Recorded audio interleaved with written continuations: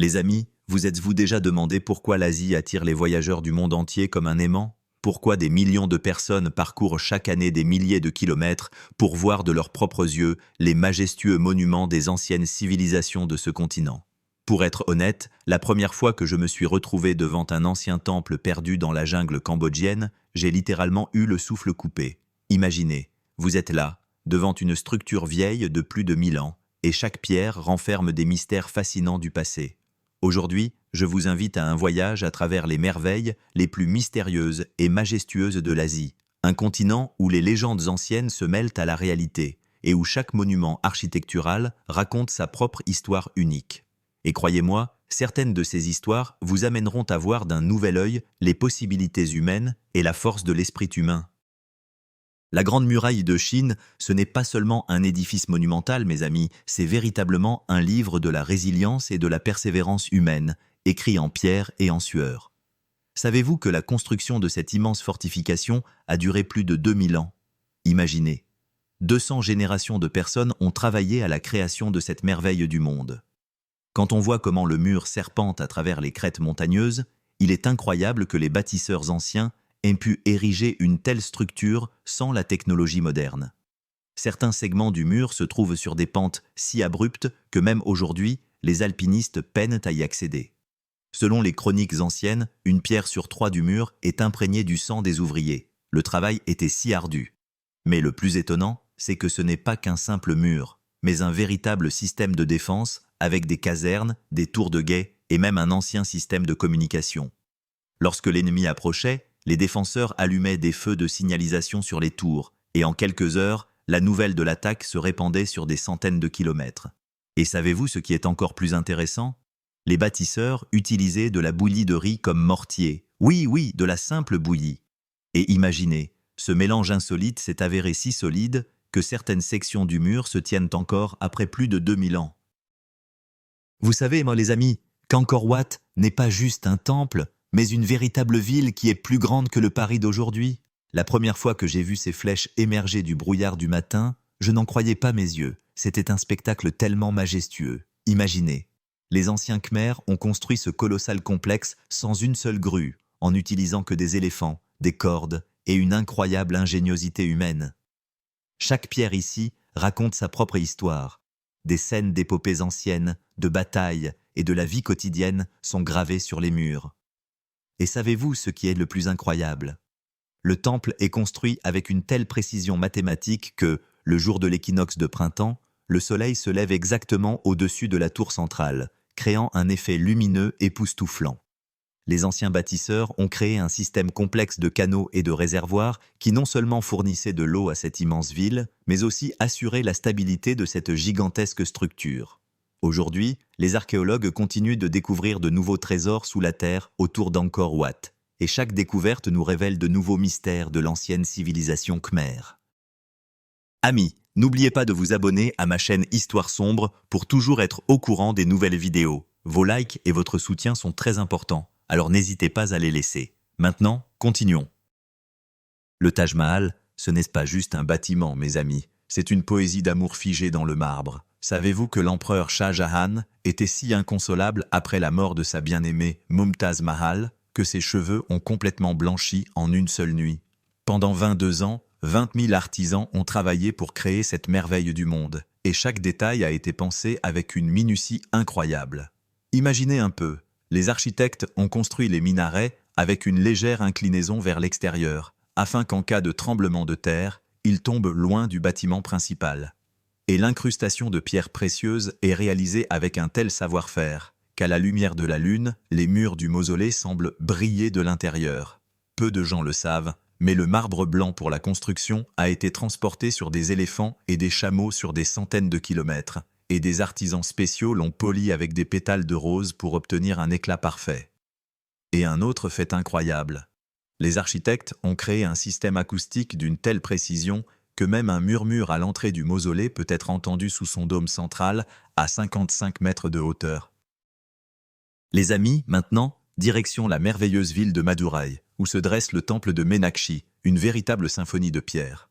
Imaginez un peu, 14 majestueuses tours Gopuram, chacune ornée de milliers de sculptures colorées de dieux, de démons, de créatures mythiques et de danseurs. La première fois que j'ai vu ces tours au coucher du soleil, elles semblaient s'animer sous les rayons dorés du soleil. Et savez-vous ce qui est le plus incroyable? Chaque sculpture ici n'est pas juste un ornement, mais une véritable histoire tirée des légendes anciennes. Dans le temple, il y a une salle spéciale avec 1000 colonnes, et chacune d'elles émet un son musical lorsqu'on les frappe. Imaginez, les maîtres d'antan ont créé un véritable orchestre de pierre. On dit qu'autrefois, des concerts étaient organisés ici, utilisant ces colonnes chantantes. Et puis, il y a un étang sacré, avec des lotus dorés, dont l'eau, selon la légende, peut guérir les maladies. Chaque année, un grand festival a lieu, durant lequel la statue de la déesse Ménakshi est promenée dans la ville sur un char doré. Un spectacle qui attire des centaines de milliers de pèlerins de toute l'Inde. Et maintenant, faisons un saut dans la mystérieuse Pétra, une ville qui semble surgir tout droit des falaises rouges du désert jordanien. Les amis, pouvez-vous imaginer que cette ville est restée complètement oubliée par le monde extérieur pendant presque 500 ans? Ce n'est qu'en 1812 qu'un voyageur suisse l'a redécouverte par accident, en suivant des bédouins locaux. Et quel trésor il a trouvé! Pour atteindre Pétra, il faut passer par le canyon étroit du Sikh, un passage sinueux entre des falaises abruptes de jusqu'à 90 mètres de hauteur. À certains endroits, il est si étroit qu'il peine à laisser passer 2 personnes. Puis, soudainement, le canyon s'ouvre, et devant vous se dresse la majestueuse façade du trésor, sculptée directement dans la roche rose. Imaginez cela, des artisans anciens ont créé cette merveille, travaillant à des hauteurs vertigineuses, taillant le bâtiment de haut en bas. Et ce qui est encore plus incroyable, c'est que les Nabatéens, les créateurs de Pétra, ont construit un système d'approvisionnement en eau complexe qui protégeait la ville des inondations soudaines et fournissait de l'eau à des dizaines de milliers d'habitants au milieu du désert. Ce système était si perfectionné que des ingénieurs modernes continuent d'étudier ces principes aujourd'hui. Les amis, vous êtes-vous déjà demandé comment les anciens maîtres ont réussi à construire le plus grand temple bouddhiste du monde au milieu de la jungle de l'île de Java? Borobudur n'est pas juste un temple, c'est un véritable modèle de l'univers bouddhiste incarné dans la pierre. Imaginez, 9 plateformes massives empilées les unes sur les autres comme un gigantesque gâteau en couches, le tout orné de 2500 panneaux en relief et de 72 stupas avec des statues de Bouddha. En grimpant ces terrasses, on a l'impression de faire un voyage du monde des passions vers l'éveil. C'est le chemin que chaque bouddhiste doit emprunter. Et savez-vous ce qui est le plus incroyable? Le temple a été construit sans un seul clou ni mortier. Chaque pierre est parfaitement ajustée à la suivante. Et le poids total de la structure, environ 3 500 000 tonnes. Et imaginez, ce colossal monument est resté caché pendant des siècles sous une couche de cendres volcaniques et de végétation tropicale, jusqu'à ce qu'il soit découvert par accident au début du XIXe siècle. Le palais de Potala au Tibet, ce n'est pas juste un bâtiment, mes amis, c'est véritablement une ville dans les nuages. Perché à 3700 mètres d'altitude, il flotte littéralement au-dessus de l'ancienne Lhasa. Imaginez 13 étages, plus de 1000 chambres, 10 000 temples et sanctuaires, et tout ça construit au sommet d'une montagne. Quand on regarde ces murs rouges et blancs qui grimpent le long de la montagne, on a l'impression que le bâtiment sort tout droit de la roche. Et vous savez quoi? La chose la plus incroyable, c'est que les bâtisseurs ont utilisé une technique spéciale pour poser les pierres, rendant les murs épais de 5 mètres capables de résister aux tremblements de terre les plus puissants.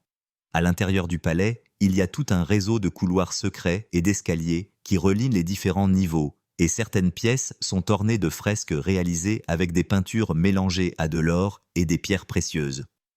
On dit que pour transporter les pierres nécessaires à sa construction, plus de 7000 yaks et chevaux ont été mobilisés, et les ouvriers ont travaillé dans des conditions d'extrême haute altitude, où l'air est si rare qu'il est même difficile de respirer.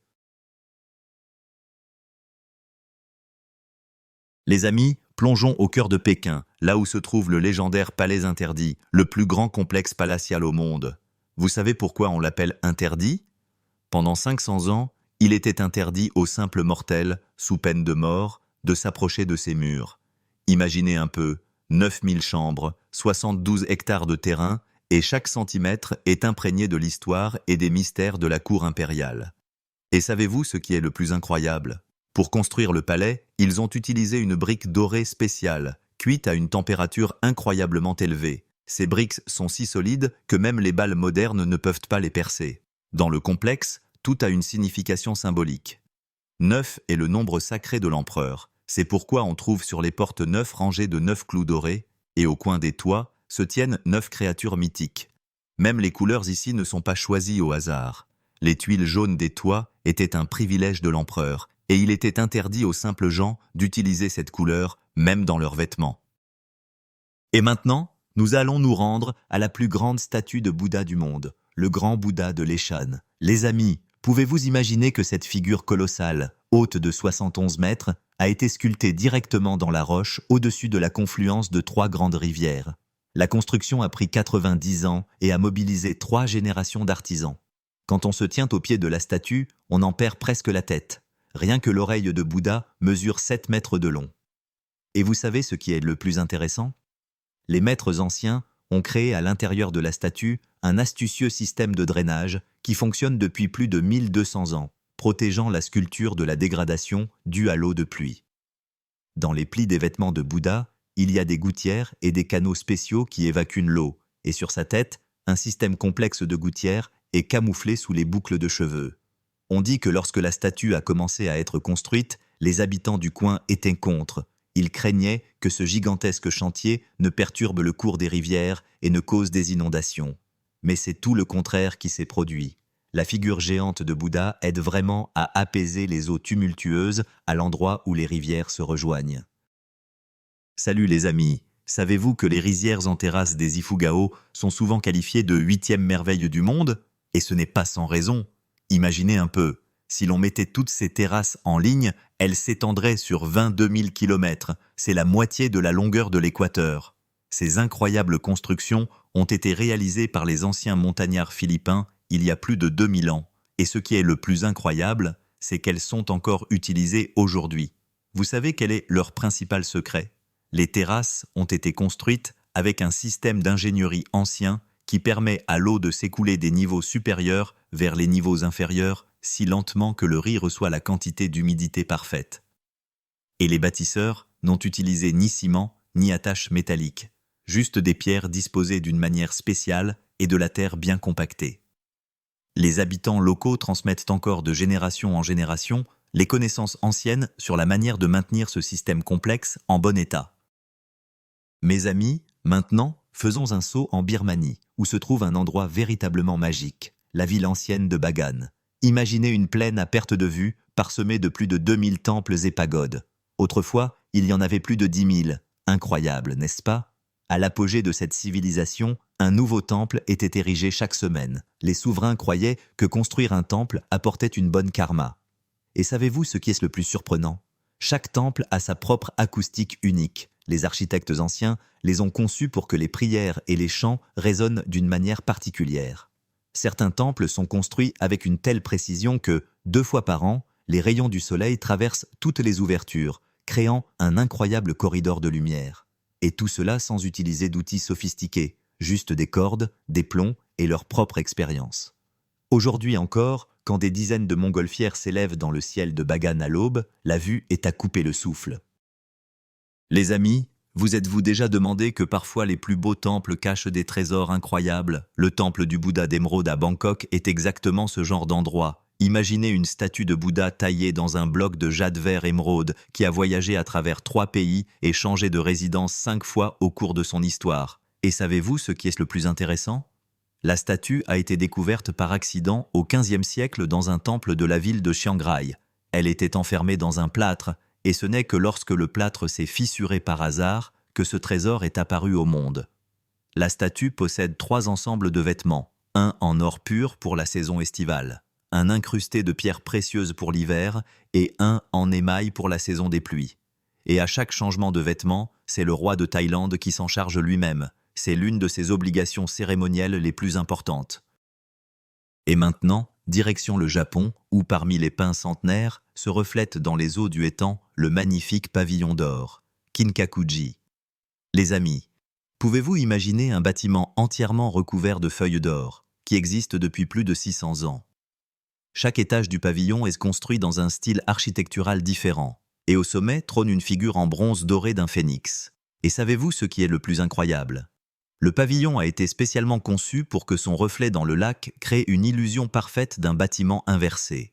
Les maîtres anciens considéraient cela comme un symbole d'harmonie entre le monde terrestre et le ciel. Et même la disposition des pierres dans le jardin autour du pavillon a une signification profonde. Chaque pierre est placée de manière à créer un équilibre parfait entre l'œuvre humaine et la beauté naturelle.